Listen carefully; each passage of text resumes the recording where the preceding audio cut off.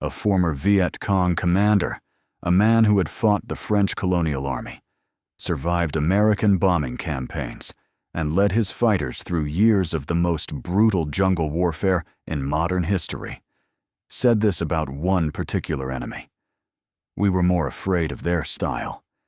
He was not talking about the 500,000 Americans. He was not talking about the B-52s that shook the earth for miles in every direction, or the helicopter gunships that turned tree lines into walls of fire. He was not talking about the naval vessels offshore that could put artillery shells onto a target the size of a tennis court from 20 kilometers at sea. He was talking about 8,000 soldiers from a country most of his fighters could not find on a map, men who moved so deliberately through the jungle that a journalist once reported it took them 9 hours to cover a single mile of terrain, men who carried weapons they had personally modified with hacksaws and files to remove every unnecessary gram of metal, and men who, when they finally did make contact with the enemy, were capable of calling artillery fire onto their own heads rather than surrender a single inch of ground to the men trying to kill them. What did they do that made the world's most experienced jungle fighters afraid? Not afraid of their firepower, afraid of their style. Think about that for a moment. The Viet Cong had faced the full force of American military technology for years without breaking. They had walked into the kill zones of B-52 carpet bombing raids that turned acres of jungle into craters and come back fighting. They had faced napalm, Agent Orange, gunships, and the combined weight of the most expensive war machine in the history of human conflict. And the thing that gave them pause, the thing that made veteran commanders issue operational guidance about avoiding contact, was a group of men who moved quietly through the jungle and preferred to wait rather than to rush. Tell me in the comments before we go further. What country do you think the Viet Cong feared most in Vietnam? Your answer is about to change. Watch until the end, because what you are going to discover rewrites everything the history books told you about this war. To understand what the Australians walked into in 1966, you first have to understand the province they chose to walk into, and why no Allied force before them had been able to make it work. Phuoc Tuy province sat in the southeastern corner of South Vietnam, roughly 80 kilometers east of Saigon, shaped like an irregular wedge pushed between the South China Sea and the jungle-covered highlands of the interior. On paper, it was a relatively modest piece of ground. In practice, it was a fortress the enemy had been building and fortifying for 20 years. The northern reaches of the province were dominated by two formidable geographical features: the Hat Dich region in the northwest, a tangled wilderness of dense jungle that served as the permanent base area of the Viet Cong 274th Regiment, and the Mae Tao Mountains in the northeast, where the headquarters of the entire Viet Cong 5th Division sat hidden under triple canopy so thick that American aerial reconnaissance had never been able to reliably map what was underneath it. Between these mountain sanctuaries and the populated coastal strip in the south lay the province's central terrain: rubber plantations in orderly rows, rice paddies cut through with irrigation channels, river valleys choked with undergrowth, and kilometer upon kilometer of primary jungle dense enough that visibility in some areas dropped to 15 meters in full daylight and disappeared entirely at night. The Viet Cong's presence in Phuoc Tuy was not improvised or temporary. The 274th Regiment, the stronger and better trained of the two main force regiments in the province, numbered 2,000 men across 3 full battalions. The 275th Regiment added another substantial fighting force. Supporting both was the D4-4, 5 Provincial Mobile Battalion, a local force unit whose fighters had grown up in these specific villages, knew every trail and tunnel entrance and hidden crossing point, and had been fighting in this exact landscape for years before the first American advisor arrived anywhere in the country. Combined, The enemy's regular military strength in the province stood at roughly 2,500 men, supported by a political infrastructure that reached into nearly every village, a tunnel network stretching for kilometers beneath the jungle floor, and a population that had learned, through a combination of genuine sympathy for the communist cause and credible fear of the consequences of cooperation with the government, to keep its counsel. Against this deeply embedded network, the Army of the Republic of Vietnam had largely given up trying to operate with any consistent effect. South Vietnamese units that ventured into the northern jungle generally came back, diminished in number, diminished in confidence, and no closer to understanding where the enemy actually was. The province had been effectively conceded as a sanctuary, a base, a recruiting ground, and a supply corridor. It was, in every practical military sense, enemy territory, so thoroughly controlled that the Viet Cong operated there in daylight, without particular concern. The Americans, who by 1966 had 500,000 men in the country, and the full weight of the most expensive military apparatus in human history behind them, were prosecuting the war under a doctrine that General William Westmoreland believed would produce definitive results within a measurable time frame. The logic was blunt and confidently held. Find the enemy, fix him in place, and destroy him with firepower so overwhelming that he could not absorb his losses faster than they were being inflicted. Search and destroy. Body count. Artillery barrages on grid squares where the enemy was suspected to be hiding. Airstrikes on villages that sheltered him and the supply routes that fed him. The doctrine rested on three unshakable convictions. Overwhelming firepower would always prevail against a lightly equipped guerrilla force. Helicopter mobility would always allow the initiative to be seized before the enemy could melt back into the jungle. And technological superiority would always compensate for any deficit in local knowledge or cultural understanding. It had worked against regular armies fighting along established front lines in Korea. Westmoreland was absolutely certain it would work here. There was a structural problem this certainty could not resolve, a problem that was not tactical, but philosophical. The Viet Cong had studied the American approach with great care and developed a counter that was almost insulting in its simplicity. When contact was made, instead of falling back and allowing the Americans to call in their overwhelming support, the enemy charged directly forward, closing the distance to 20 meters, sometimes 10, physically wrapping themselves around the American lines and getting as close as they physically could to the soldiers they were fighting. At that range, a man could reach out and touch his enemy's rifle. At that range, the air power and the artillery that gave the Americans their supposedly decisive advantage became entirely unusable, because the pilots and the gun crews could not distinguish friend from enemy in the chaos of close quarters fighting below. The tactic had a name in Vietnamese military doctrine. They called it grabbing the enemy by the belt buckle. It was elegant and devastating, a way of turning the most powerful military in the world into a force no more capable in the moment of contact than the riflemen it was supposed to be supporting. The Australians arrived carrying a completely different analysis of what was happening and what was required to address it. They did not arrive with that analysis because they were smarter or more creative than the Americans. They arrived because they had been solving this specific problem in terrain almost identical to this for 20 years before they ever set foot in Vietnam. The Malayan emergency began in 1948 and ran until 1960.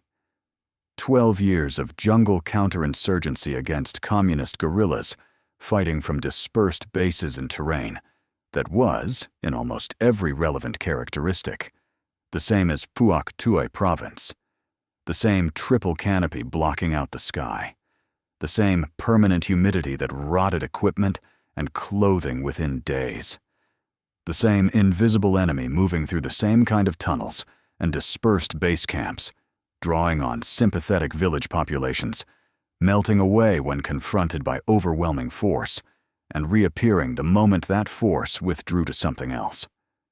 The Australian Army fought alongside the British in Malaya throughout the emergency, and what they learned there was not theory refined in air-conditioned classrooms by men who had never been shot at.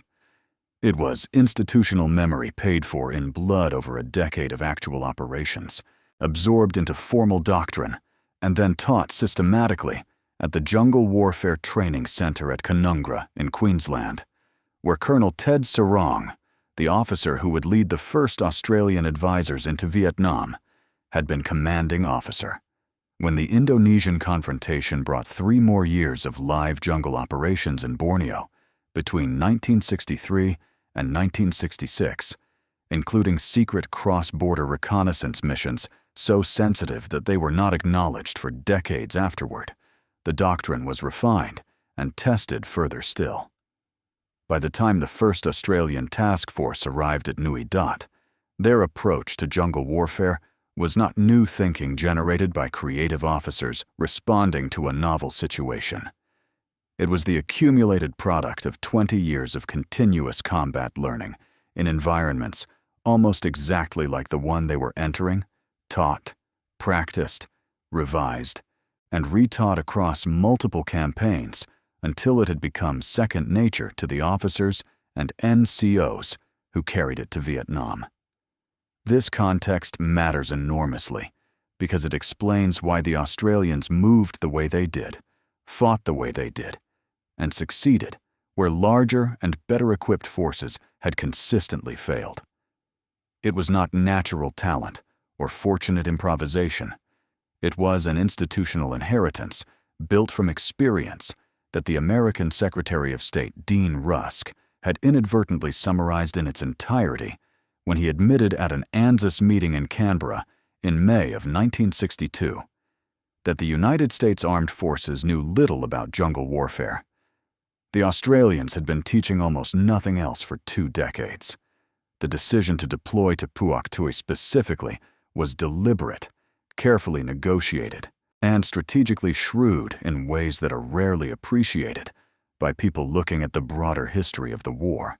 Lieutenant General John Wilton negotiated directly with Westmoreland to secure the province as an independent Australian area of operations, not attached to an American division where Australian units would be expected to conform to American tactical methods, not subject to American operational directives that would compromise the approach the Australians believed was correct, but a genuinely autonomous command operating under U.S. 2nd Field Force at the corps level. This arrangement gave the Australians something of extraordinary value that almost never appears in popular accounts of the war. It gave them the freedom to fight their own way, without supervision, without interference, and without the institutional pressure to generate the kind of dramatic body count statistics that American commanders needed to show progress to their superiors. No American divisional commander would be ordering them on search and destroy missions. No American metrics would corrupt their priorities or distort their reporting. They could pursue a counterinsurgency doctrine developed over 20 years of their own experience in their own piece of ground, according to their own assessment of what actually worked. The task force arrived at Nui Dat in May and June of 1966 and established its base not near the coast, not near the safety of adjacent Allied installations, but in the center of the province, where they could patrol outward in every direction. The Viet Cong regiments watching from the surrounding hills saw modest numbers arriving, saw relatively quiet preparations being made, and did not initially register what they were looking at as a serious threat. These Australians, with their preference for foot patrols, their methodical manner, their apparent reluctance to conduct the kind of aggressive, large-scale operations that American units mounted as a matter of course, did not look like a force capable of challenging what the enemy had built in Phuoc Tuy over 20 years. That assessment survived exactly until the afternoon of the 18th of August, 1966. The night of the 16th and 17th brought a 22-minute bombardment of the Nui Dat base, mortar and recoilless rifle fire from positions east of the perimeter. 24 Australians wounded, damage to the camp, and the defenders standing to in the darkness, waiting for the ground assault that never came. When dawn arrived and patrols went out to locate the firing positions and determine the direction of withdrawal, the jungle had absorbed everything. No enemy, no equipment, no clear sign of where they had gone. The next morning, D Company of the 6th Battalion, Royal Australian Regiment, departed Nui Dat at 11 o'clock. 108 men under Major Harry Smith, including a New Zealand artillery forward observer party from the 161st Battery, Royal New Zealand Artillery. The task was a routine follow-up patrol into the rubber plantation country east of the base. Find where the mortars had fired from, assess the ground, determine the direction of withdrawal. Harry Smith was not a young officer encountering his first significant command. He had served as a platoon commander in Malaya during the emergency. He had shot his first enemy in the jungle of the peninsula and had carried that experience back to Australia, where it shaped every training decision he made when he took command of D Company. His philosophy was specific and demanding. Individual marksmanship that could produce results at close range and poor visibility. The tactical discipline to hold a defensive perimeter when the numbers against you made movement suicidal. And the psychological resilience to function as a coherent fighting unit when communications broke down and each man had to act on his own judgment. When he led his company out of Nui Dat that morning on what should have been a routine patrol, he led men who had been trained according to lessons learned in a different jungle, a different decade, a different war. Those lessons were about to be tested against the most extreme circumstances they could possibly face. What was waiting in the plantation was the 275th Regiment. By mid-afternoon, in the Long Tan rubber plantation 5 kilometers from the base, D Company made contact with the leading elements of a communist force that numbered somewhere between 1,500 and 2,500 fighters, including elements of D445 Battalion and quite possibly North Vietnamese Army regulars in support. The plantation stretched away in orderly rows of mature rubber trees, visibility reasonable between the trunks, the sky darkening rapidly as a monsoon squall moved in from the direction of the coast. Contact began as a brief, sharp exchange. Within minutes, it was unmistakably clear that this was not a patrol or a rearguard element covering a withdrawal. Rain came, not drizzle or light shower, the full weight of a Vietnamese monsoon, sheets of water reducing visibility to meters, radio signals degrading through interference and static, the continuous roar of the downpour making shouted commands across a platoon front almost impossible to hear. Smith consolidated his company into a defensive perimeter around his headquarters element, and the Australians went to ground in whatever cover the plantation offered. What followed across the next 3 hours was among the most lopsided defensive engagements in modern military history. 108 men against wave after wave of coordinated assault, the enemy using the same technique that had worked against the Americans across the country, closing the distance, trying to get inside the effective range of fire support, trying to make the Australians' artillery useless by making themselves indistinguishable from the defenders. The crucial fact is what happened to that tactic when it met the 161st Battery. The Royal New Zealand Artillery Unit integrated into the 1st Australian Task Force was not a conventional supporting element that applied conventional safety margins to its fire missions. It was a unit that had trained specifically, deliberately, and over many years to do something that the American Fire Support Manual categorically forbade: place artillery shells within lethal range of friendly troops in order to create a killing ground that the enemy could not enter without being destroyed. The New Zealand gunners had developed the ability to place shells within 25 meters of friendly positions at ranges exceeding 30 kilometers. This precision was not a boast or a theoretical capability that existed only on training ranges. It was a practiced, verified, repeatable skill, built from the same philosophical foundation as the infantry doctrine it supported, that the danger of a controlled risk, carefully managed by trained professionals, is always preferable to the certainty of destruction that comes from having no options at all. Captain Maurice Stanley, the New Zealand artillery forward observer attached to D Company, sat in the heart of a monsoon with partial radio communications and directed artillery fire to within 30 meters of his own position. 30 meters, the length of a tennis court, the width of an average suburban house lot. Close enough that the physical concussive force of the detonating shells was felt as a pressure wave against the chests of the men his fire was meant to protect.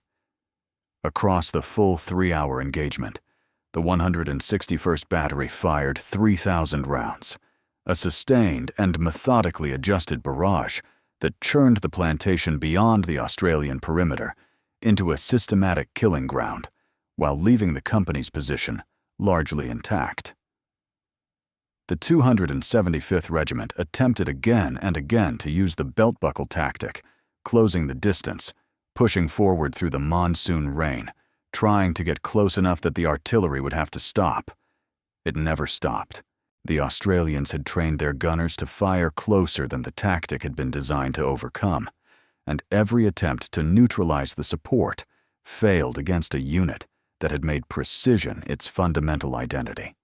Maurice Stanley received no decoration for what he did that afternoon, no medal, no formal recognition of the role that veterans of D Company, speaking decades later, still maintain was the single most decisive factor in their survival. The official record noted his presence in the engagement and moved on without further comment. It was the first visible instance of a pattern that would repeat throughout this story and throughout the history of the Australian effort in Vietnam, a pattern of achievement noted, recorded accurately, and then quietly set aside by the institutions that should have been loudest in honoring it. Just before dark, armored personnel carriers from the 3rd Cavalry Regiment fought their way through to D Company's position, carrying ammunition and reinforcements. The 275th Regiment disengaged and withdrew into the plantation darkness. When patrols moved through the area at first light the following morning, they found at least 245 confirmed enemy dead. The actual number was certainly higher. The monsoon and the darkness had allowed the enemy to remove many of their casualties during the withdrawal. The Australians had lost 18 killed and 24 wounded, every one of the fallen having died in the first hour of the engagement, before the artillery found its rhythm. The 275th Regiment went back to its sanctuaries, carrying a new and uncomfortable piece of institutional knowledge. These men did not call for planes, and what replaced the planes was worse than anything aircraft could deliver at close range, because it did not stop getting closer just because you pressed against their lines. By early 1967, 9 months after the task force established itself at Noi Dat, the unit that was quietly becoming the most effective small force element in the entire theater was already building a reputation that moved through the enemy's communications faster than its patrols moved through the jungle. The Special Air Service Regiment, modeled on the British SAS, with which it had fought alongside in Borneo, and sharing not just a motto, but many foundational operational doctrines, deployed to Vietnam in 3 squadrons that rotated on year-long assignments. Each squadron conducted its operations in patrols of 4 to 6 men. Their area of operations extended beyond Phuoc Tuy into the adjacent provinces of Bien Hoa, Long Con, and Binh Ba. Their stated task was medium and long-range reconnaissance into territory the enemy believed was his own, going where he felt safe, watching what he believed was unwatched, bringing back the intelligence that made the broader campaign coherent and the ambush program devastating in its accuracy. The methods by which they accomplished this task were not simply good reconnaissance technique, refined to a high professional standard. They represented a complete reimagining of what a soldier in the field looks like, sounds like, and registers as to an enemy who knows his ground intimately and has been operating in it for years. Consider what a standard American Special Forces soldier carrying out the same kind of patrol in the same theater was equipped with: automatic rifle, sidearm, fragmentation grenades, smoke canisters for signaling aircraft, anti-personnel mines for perimeter protection, extra magazines of ammunition in every available pouch, a PRC-25 radio weighing more than 9 kilograms on its own, comprehensive medical supplies, including morphine and field surgery equipment, enough dry rations for a week of operations. Total carried weight, often 40 to 50 kilograms per man. The underlying philosophy was total self-sufficiency. Carry everything you might conceivably need, because resupply in hostile jungle is never guaranteed. And running out of anything critical in a firefight means dying. It was a coherent and rational approach, built from reasonable assumptions about the nature of extended operations, and it produced patrols that sounded, to an experienced jungle listener, like a moving hardware store negotiating an obstacle course. The Australians built their patrol philosophy from a categorically different foundation. Weight was not a burden to be accepted and managed. It was a tactical liability to be aggressively eliminated, because every gram of unnecessary equipment was a gram that subtracted from speed, from silence, and ultimately from survival. Their weapons were modified by the soldiers themselves, stripped of components that added weight without adding combat effectiveness in jungle conditions, adjusted for the engagement ranges that actually occurred in dense vegetation rather than the ranges that appeared on training range specifications. Metal canteens that produced the characteristic sound of water sloshing against a hard container with each step were replaced with soft plastic bladders that made no sound when they moved. Standard military clothing produced a distinctive friction noise when the legs moved against each other, a synthetic swishing that carries through still jungle air at distances that would surprise anyone who had not measured it. Every moving metal component that could create noise through contact with another surface was either taped in place or replaced with rope or cord that produced nothing. Their boots were deliberately cut with drainage slits in the sides, a modification that would have horrified any quartermaster responsible for maintaining equipment standards, because in the permanently saturated terrain of Phuoc Tuy, where soldiers waded through streams and slogged through standing water every day, waterproof boots simply trapped moisture inside and produced trench foot that could cripple a man within a week. The resulting patrol created an acoustic profile that was, in any practical sense, indistinguishable from the natural jungle environment. This matters in the specific conditions of dense tropical jungle in a way that is difficult to appreciate without having experienced it. In the deep bush at night, when the daytime birds have gone quiet and ambient, noise drops to the natural baseline of insects, wind movement, and water. A human ear that knows what it is listening for can detect the sound of a metal identification disc bouncing against a sternum at a distance of 60 meters on a still night. The friction sound of synthetic military fabric rubbing together with each step carries farther still. One documented observation of a standard American patrol moving at normal operational pace through medium-density vegetation counted 27 separate and identifiable unnatural sounds in 30 meters of movement.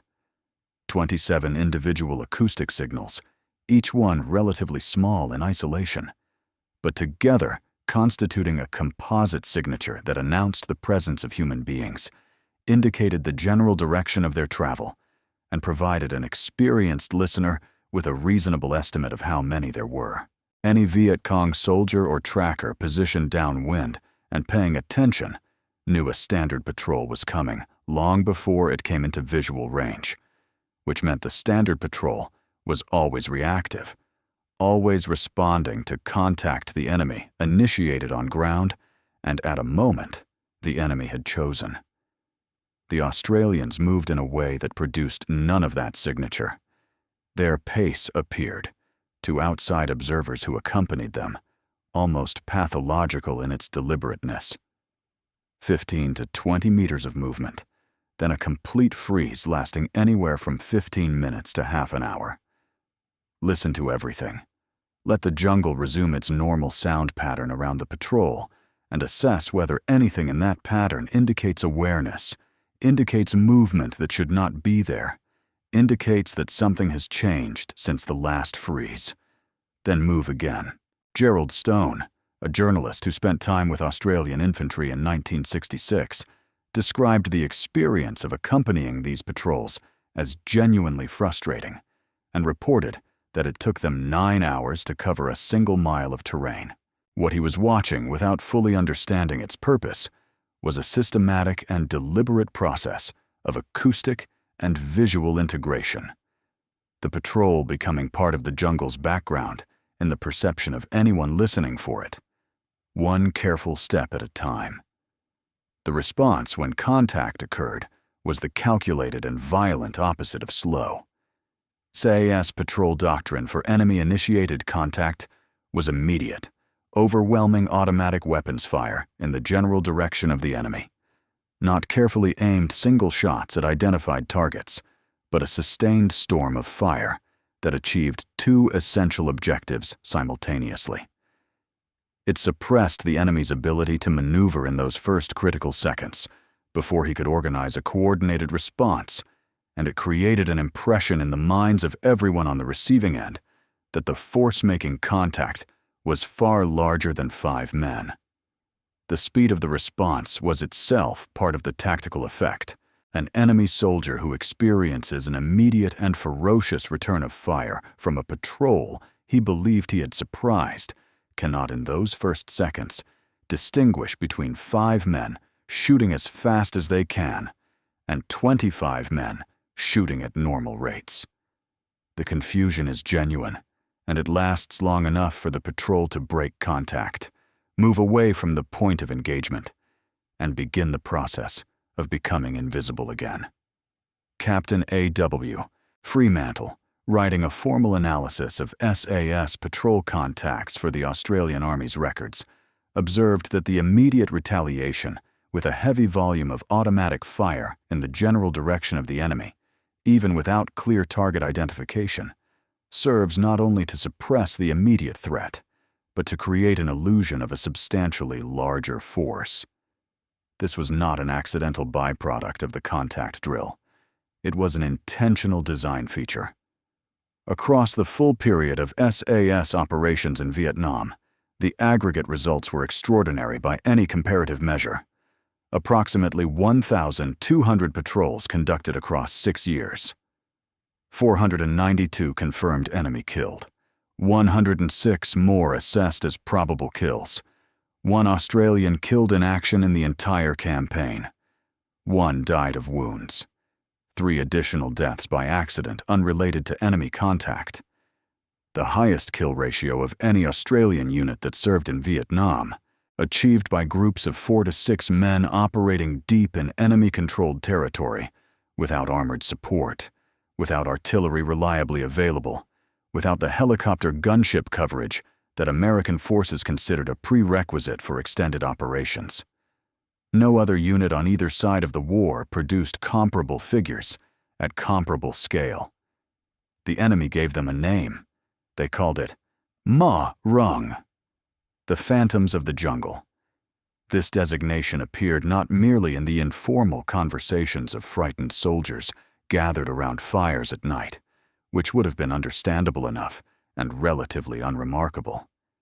It appeared in official military documents, in the kind of formal institutional language that military organizations employ when they are attempting to categorize and explain a threat to their own leadership. The use of supernatural language in that kind of document carries a specific meaning. It means that the natural explanations for what is happening have been exhausted. It means that conventional tactical analysis has failed to produce a workable counter.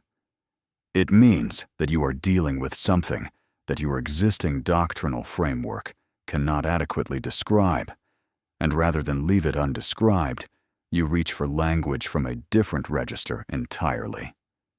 The Viet Cong reached for the language of ghosts. The SAS had also encountered, by late in the war, a specific tactical problem that illustrated precisely how good they had become and how carefully the enemy had been studying them. After 5 years of consistent SAS operations, the Viet Cong had learned to recognize the patterns of helicopter insertions. They knew the approximate sound signature of an insertion-configured helicopter. They knew the timing between landing and a patrol moving off the landing zone. They began posting observation teams near predictable insertion points, and on several occasions managed to open fire on patrols in the moments immediately after landing, before the men had moved away from the zone and into cover. The SAS response to this intelligence adaptation was characteristic of their fundamental approach to every tactical problem. They did not simply vary their landing zones in an incremental way. They designed a complete deception operation around the insertion itself. 2 helicopters, carrying 2 separate patrols, landing simultaneously in the same general area. After 5 minutes of moving together, the first patrol continued on its actual mission, while the second stopped, waited another 5 minutes to allow any watching enemy to commit to a response, and was then extracted back to the base. To any observer positioned in the surrounding jungle, 2 patrols had landed, and 1 had subsequently been extracted. Which was the real patrol? In which direction had it gone? The uncertainty bought the remaining men the critical minutes of confusion they needed to disappear completely into the vegetation. Even the process of getting into the field had been converted into a psychological operation. This is what 5 years of continuous refinement under operational conditions produces in a unit that treats every tactical problem as a design challenge. The intelligence these patrols carried back did not exist in isolation. It was the raw material of a larger campaign being waged at a strategic level that the body count metrics of American doctrine would never have identified, measured, or rewarded. To understand what the infantry battalions of the 1st Australian Task Force were actually accomplishing in Phuoc Tuy province across 5 years of operations, you have to stop thinking about battles and start thinking about rice. The Viet Cong's ability to sustain operations in Phuoc Tuy depended on food in the most direct and unavoidable sense. 2,500 regular fighters operating in dense jungle, far from agricultural land, in a province where the Australians were now systematically patrolling every approach and ambushing every known supply route, required continuous and substantial resupply of food to remain operational. The answer had been a network of pre-positioned food stores, primarily rice, but also dried goods, salt, and preserved protein, hidden in bunker systems and base camps scattered across the jungle in locations that had been secured by years of Viet Cong control of the terrain. Supply routes connected these caches to the populated villages in the south, and food portering parties moved along those routes night after night, replenishing the stores that the fighting units consumed, maintaining the logistical foundation without which no military force can operate, regardless of its ideological commitment or tactical skill. 1st Australian Task Force identified this dependency early and made its systematic destruction the actual strategic objective of the campaign, not body count, which measured individual engagements but said nothing about whether the war was being won, not territory held, which could be abandoned and reoccupied in a cycle that went nowhere. The strategic objective was rice, and the method was the destruction of every food store that could be found, followed by the ambushing of every attempt to replace what had been destroyed. The infantry battalions, operating in platoon and half-platoon elements of 12 to 24 men, spending an average of 24 days per month in the field, with the typical infantryman spending more than 250 days of his 12-month tour outside the wire on active operations, pursued this objective with a consistency that was only possible because of the intelligence being generated by the SAS patrols finding the bunker systems that would otherwise have remained invisible. Over their 5-year campaign, the task force captured and destroyed over 1,800 enemy bunker systems and base camps. The food statistics from these captures tell the real story of what was happening in Phuoc Tuy more precisely than any record of individual engagements. In 1966, the average quantity of food found per captured bunker system was 1,250 kilograms. This was the baseline, representing years of stored reserves accumulated during a period of Viet Cong dominance in the province. In 1967, the figure declined. In 1968, it declined again. By 1970, it had fallen to 47 kilograms per system. By 1971, the final year of Australian operations, it was 20 kilograms. From 1,250 to 20, across 5 years of quiet and largely uncelebrated work that produced no dramatic footage, no memorable set-piece battles, no compelling narrative for the news services covering the war. The enemy's food reserves had not been destroyed in spectacular air raids or dramatic commando operations. They had been eaten away by the systematic, patient, unbroken pressure of thousands of foot patrols into the jungle and the relentless ambushing of every resupply party that attempted to replace what was being lost. The ambush statistics that resulted from this strategy represent the most striking single dataset in the entire history of the campaign. The Viet Cong were, by the assessment of virtually every military analyst who studied the Vietnam War, the most capable practitioners of the ambush of any force involved in the conflict.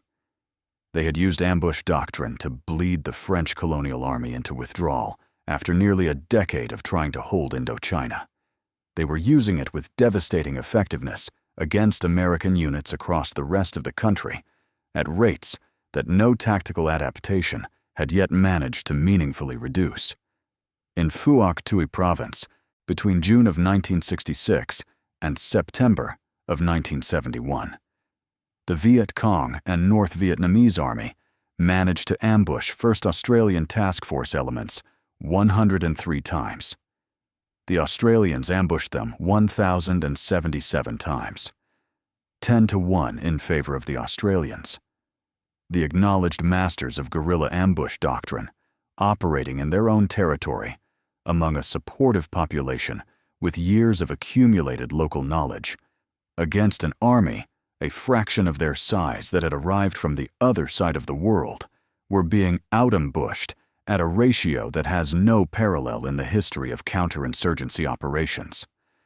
The mechanism that produced this ratio was the food strategy. As the jungle caches were progressively destroyed and not replaced, the Viet Cong's local force units were compelled to enter the villages on an increasingly frequent and increasingly predictable schedule to collect resupply directly from the sympathetic population. This movement had a rhythm.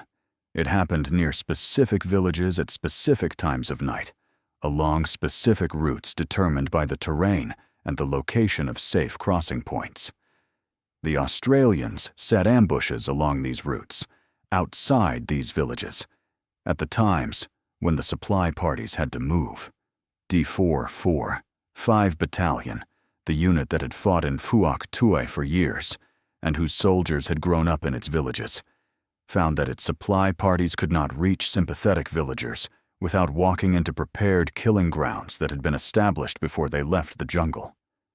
By 1970 and 71, the battalion that was supposed to be the guerrilla backbone of the province was repeatedly abandoning its home ground entirely and moving out of the province to find food, because the ground it had fought over for years could no longer sustain it.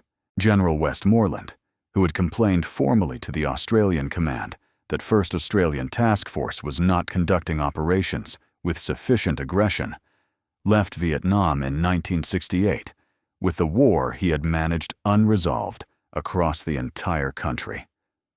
The province he had characterized as insufficiently prosecuted was the only province in South Vietnam that the Viet Cong operationally lost during the period of Allied involvement before the American withdrawal.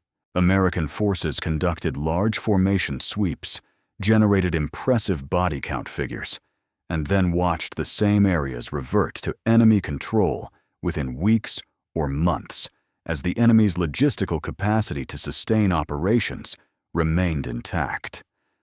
The Australians were destroying the logistical capacity itself, permanently, without drama, without media coverage, and without producing the kind of statistics that looked impressive in weekly progress reports to Saigon. The approach the American Supreme Commander called pussyfooting had produced the only genuine, measurable, sustained, counterinsurgency success of the entire Allied effort in the entire war. Then the North Vietnamese Army decided to prove that this success was an illusion and sent professional soldiers to demonstrate it. By early June of 1969, the operational capacity of communist forces in Phuoc Tuy had been seriously degraded by 3 years of food cache destruction and precision ambush. Into this weakened environment, the Central Office for South Vietnam, the Communist Command Authority coordinating military operations across the South, issued a directive as part of a broader summer offensive campaign. Main force units were to demonstrate their ability to move freely within Phuoc Tuy province, despite the task force's presence. The objective was explicitly political as much as military, to influence the peace negotiations underway in Paris by showing the watching world that Australian dominance of the province was a temporary and superficial phenomenon that could be overturned at will. The unit assigned to make this demonstration was the 33rd North Vietnamese Army Regiment, regular soldiers trained and equipped to a professional standard, substantially beyond anything the exhausted local guerrilla force could claim, and armed with the RPG-7 rocket-propelled grenade launcher, a weapon that had proven capable of defeating the armored vehicles the Australians relied on. On the night of the 5th and 6th of June, 1969, the 1st Battalion of the 33rd N Phuoc, a regiment, occupied the village of Binh Ba, 6 kilometers north of Nui Dat on Route 2. They fortified every substantial building in the village. They established interlocking defensive positions throughout the settlement and placed RPG teams at angles designed to defeat armored approach from every direction. Australian intelligence assessed the force at approximately platoon strength, a small detachment that had moved into the village, while the primary attention of the task force was occupied elsewhere. A modest reaction would be adequate to remove it. It was not platoon strength. At 8 o'clock on the morning of the 6th of June, an Australian Centurion tank and an armored recovery vehicle moving north along Route 2 through Binh Ba were struck by rocket-propelled grenades. The tank was damaged, and a crew member was seriously wounded. The 2 vehicles withdrew and reported the contact. Within hours, 1st Australian Task Force had assembled its response. Understrength D Company of the 5th Battalion, Royal Australian Regiment, 109 soldiers under Major Murray Blake, supported by a troop of Centurion tanks from 1st Armoured Regiment, armoured personnel carriers from B Squadron of the 3rd Cavalry Regiment, and Royal Australian Air Force helicopter gunships, providing overhead observation and fire support. They entered Binh Ba just after 11 in the morning and discovered almost immediately that they were engaging a battalion-strength NVA force that had spent the night converting an entire village into a prepared defensive position.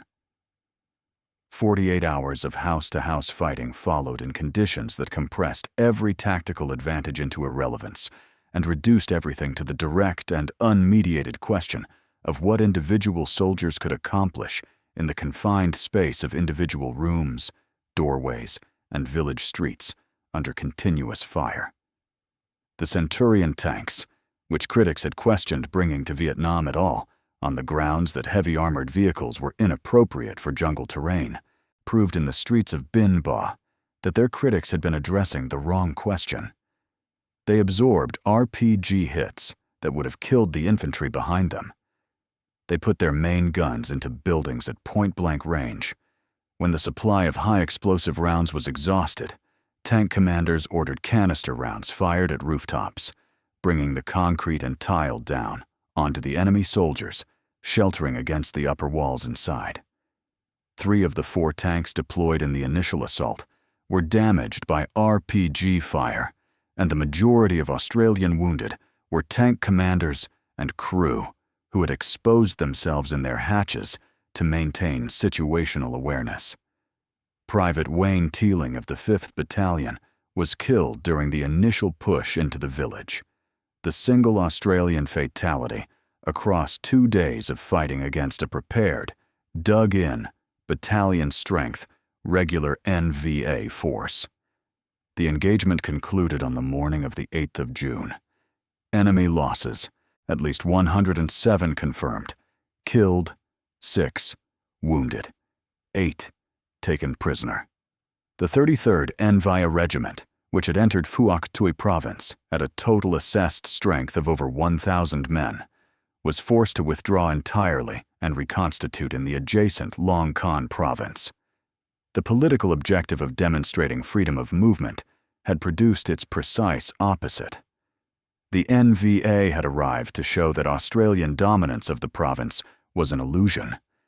They departed having confirmed that it was not, at a cost of over 100 dead against 1 Australian killed. There was a difficult postscript, photographs of enemy dead laid out in the village square by the South Vietnamese district chief as a cautionary demonstration to the local population, were subsequently circulated in the international media, alongside allegations of an Australian atrocity. The allegations were investigated thoroughly and found to be entirely without foundation.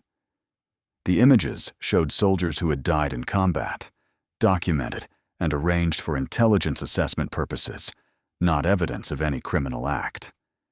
The accusations were made and repeated regardless, contributing to the persistent misrepresentation of Australian operations in Vietnam by observers who lacked the context to distinguish between tactical effectiveness and brutality.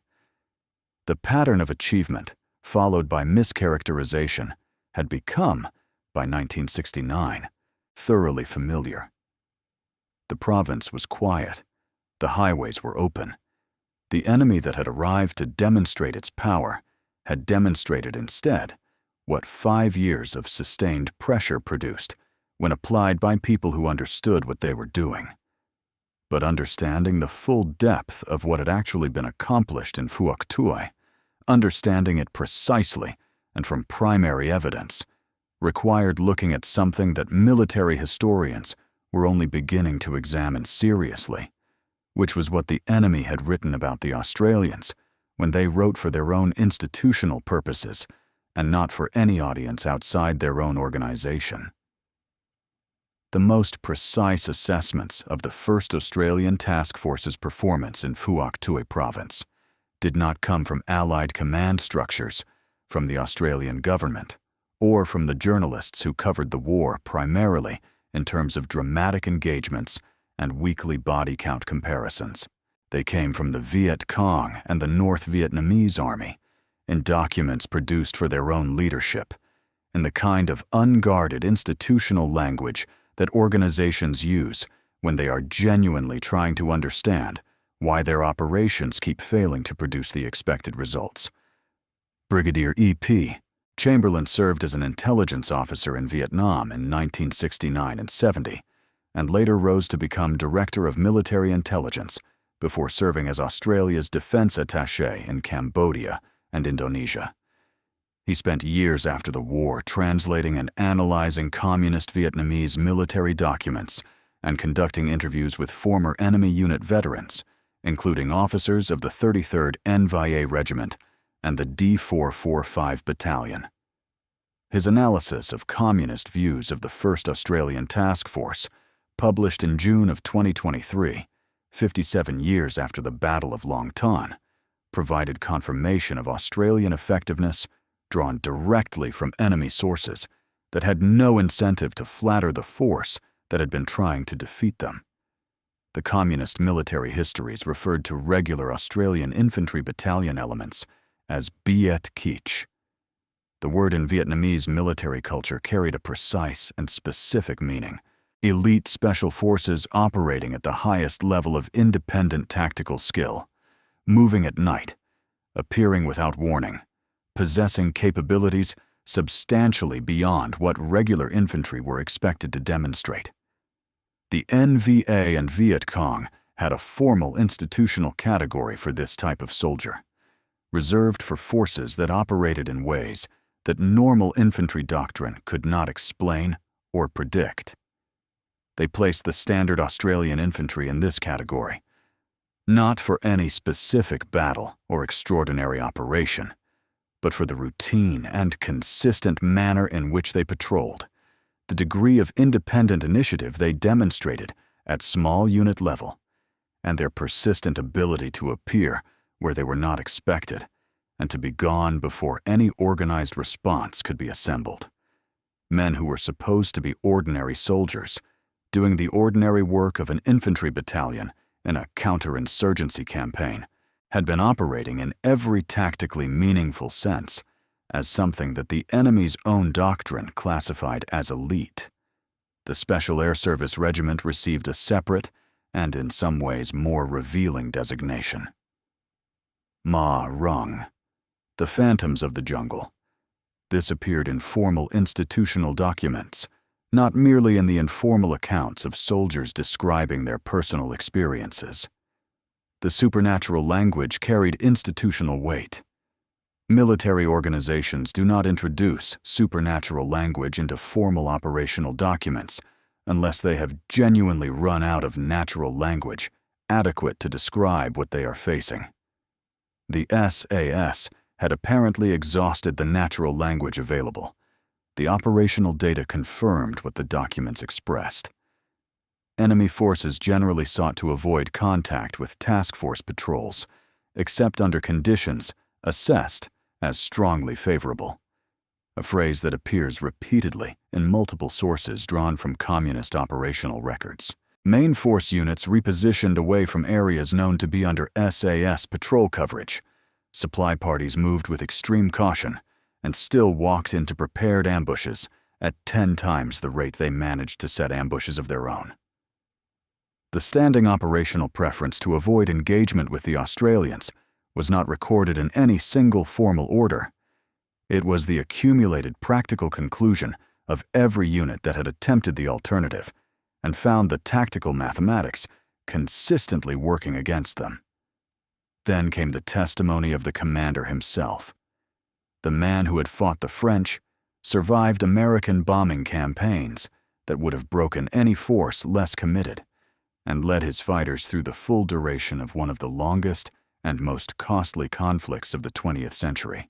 When he described the difference between fighting the Americans and fighting the Australians, he chose the plain and direct language of a man who had earned the right to speak about this subject without diplomatic qualification. The Americans would hit you and call for planes and artillery. You broke contact, disappeared into the jungle, and the planes arrived to destroy trees and empty ground. The Australians were more patient. They were better at the guerrilla's own craft, better at ambushes than the men who had made ambush their primary weapon. They preferred to stay in contact rather than stepping back to call in support from above. And then the 4 words that contain the entire history of Phuoc Tuy province across 5 years of campaign. We were more afraid of their style. 4 words that deserve to be read carefully and slowly. This was not an observer commenting on the conflict from a position of safety and analytical distance. This was a man who had spent years on the other side of the jungle from the Australians, who had sent his fighters against them repeatedly, who had received their reports, back from the encounters, who had read his own side's documents describing what the Australians did and how they did it, and who had arrived at the conclusion through direct operational experience that what made them dangerous was not their weapons, or their numbers, or their technology. It was the way they thought about fighting, the patience to establish an ambush and wait for an enemy that was actively looking for you, the willingness to call artillery onto your own position rather than yield ground, the capacity to become, in the jungle's own terms, something that moved without announcing itself, without creating the acoustic signature that tells a trained listener where you are and how many you number. The 1,077 ambushes are not a statistic existing separately from those 4 words. They are the operational record, contact by contact, night by night, across 5 years in one province, of exactly what those 4 words described. By 1971, the insurgency in Phuoc Tuy had been operationally broken. D4 or 5 Battalion could not sustain itself in its own province. The 274th Regiment had retreated into its mountain sanctuary and stayed there. Highway 15 carried unescorted civilian traffic. For one province in one corner of a war that the United States was preparing to exit on deeply unfavorable terms, the approach that Westmoreland had dismissed as insufficiently aggressive had produced the only genuine, measurable, sustained counterinsurgency success of the entire Allied effort. The 1st Australian Task Force withdrew through the second half of 1971. The last SAS squadron departed in October. The base at Nui Dat, which had sat in the middle of declared enemy territory since June of 1966, was handed over without significant ceremony. North Vietnamese Army units began moving back toward the province almost immediately after the withdrawal announcement, held at the margins through the final months, only by the continued Australian presence. The infrastructure they found when they returned, the food stores, the bunker networks, the supply routes, had been methodically stripped over 5 years. But without the patrols and without the ambushes, and without the relentless pressure that had made enemy movement predictable and predictability fatal, the infrastructure could be rebuilt. It was rebuilt. Within months of the departure, conditions in Phuoc Tuy had begun to deteriorate toward what they had been in 1966. This collapse is the precise verification of everything the campaign had achieved. The province was secured while the Australians were present. It failed when they left. The single variable was the presence of 1st Australian Task Force, and the evidence of what that presence accomplished is written in the 5-year decline of food stores from 1,250 kilograms to 20 in the ratio of 1,077 ambushes to 103, in the enemy's own documents using supernatural language to describe men they could not categorize through normal institutional frameworks, and in the testimony of a commander who had every professional reason to minimize his opponent's effectiveness and chose instead to say plainly that he had been afraid of their style. 523 Australians were killed in Vietnam. Approximately 2,400 were wounded. 60,000 served. They came home to a country increasingly divided about the war and, in a great many cases, to airports where the reception was silence rather than recognition. Prime Minister Bob Hawke designated the 18th of August, the date of Long Tan, as Australia's official Vietnam Veterans Day in 1987. 21 years after the battle, the recognition arrived because it was owed, and because the veterans had waited for it with the same patience they had demonstrated in the field. But 21 years is a long time to wait for your country to formally acknowledge what was done in its name. In 1977, 2 years after the fall of Saigon, a colonel named Charles Beckwith was given the task of building America's first dedicated counterterrorism special operations unit. The force would become Delta Force. Beckwith understood clearly that the doctrine which had governed American operations in Vietnam was the opposite of what he needed. He required a model built from different assumptions, a model that had actually worked in the kind of small, independent, high-stakes environment he was designing for. He called Canberra. Veterans of the Australian Special Air Service Regiment were brought to the United States as instructors at the Delta Force selection course. Quietly, without the kind of formal acknowledgement that would have required American military leadership to explain why the methods it had dismissed as insufficiently aggressive were now the foundation of its most prestigious unit. They taught movement discipline. They taught the patience doctrine. They taught the fire support philosophy that called shells to within meters of friendly positions, rather than accept the safer but fatal alternative of no support at all. The doctrine that Westmoreland had called pussyfooting became the curriculum of the unit that successive American administrations would call upon when there was absolutely no margin for error. Delta Force absorbed it. The intellectual architecture of contemporary Western special operations, the small unit independence, the weight discipline, the acoustic rigor, the cultivation of invisibility as a primary tactical tool rather than a secondary consideration, descends in direct lineage from an approach developed in Malaya, refined in Borneo, and proved in one Vietnamese province that most of the world was not watching. The academic literature has been catching up slowly. David Horner's History of the Australian SAS, published in 1989 and based on patrol reports and direct participant testimony, documented the methods and the record in careful detail. Ross, Hall, and Griffin's analysis of tactical success in Vietnam, published by Cambridge University Press in 2015, from a database of over 4,000 individual combat contacts, provided the statistical architecture that proved quantitatively what veterans had known from experience. Chamberlain's 2023 analysis of communist Vietnamese military documents was still generating new findings about the enemy's psychological response to the Australians 57 years after Long Ton. Popular culture has not caught up at all. There is no film. There is no widespread American memory of what happened in Phuoc Tuy province or what it demonstrated about the nature of effective counterinsurgency warfare. The story lives in regimental histories, in academic journals, and in the memory of men who came home to silence and have been patient about the absence of wider recognition in a way that is, when you consider it, entirely characteristic of how they conducted themselves in the jungle.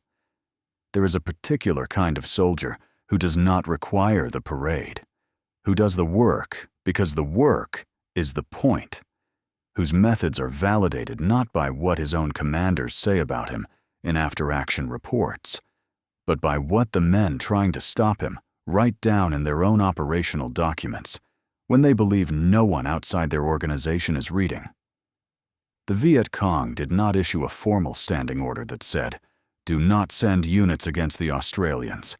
What they produced was something more durable and more honest than a formal order, an operational preference accumulated through direct experience, documented in their own institutional language, stated plainly by a veteran commander who had earned the authority to say what he actually believed. A standing conclusion, reached independently and confirmed repeatedly, that the mathematics of engagement in Phuoc Tuy province consistently produced the wrong result when Australians were on the other side of it. The Australians did not win because they were braver or more powerful or better supplied. They won because they were willing to be invisible, unhurried, and genuinely humble about the nature of the environment they were operating in and the capabilities of the enemy they were facing, willing in ways that military culture almost never rewards and rarely even notices. 500,000 Americans arrived in Vietnam, carrying the full weight of the most powerful military establishment in human history, and could not pacify a single province on a sustained basis. 8,000 Australians arrived without particular fanfare, fought without particular fanfare, made one province ungovernable for the enemy across 5 years, and then went home to airports where no one was waiting. "Don't send the Australians" was not written in a Hanoi filing cabinet as a formal operational directive. It was the verdict the enemy reached through experience, recorded in their own documents, and preserved in their own testimony, because the evidence kept producing the same result every time they sent someone anyway. Stated from the other side of the jungle by the people who spent 5 years trying to find a way past it, those 4 words are the most honest military assessment ever rendered of what happened in Phuoc Tuy province, and the highest commendation a military force has ever received. If this story changed how you think about Vietnam, leave a comment below and tell me which part landed hardest. And if you want to understand the wars that history forgot to document properly, the campaigns that were decided in silence rather than in headlines, subscribe, because there are more stories like this one, and most of them have been waiting far too long.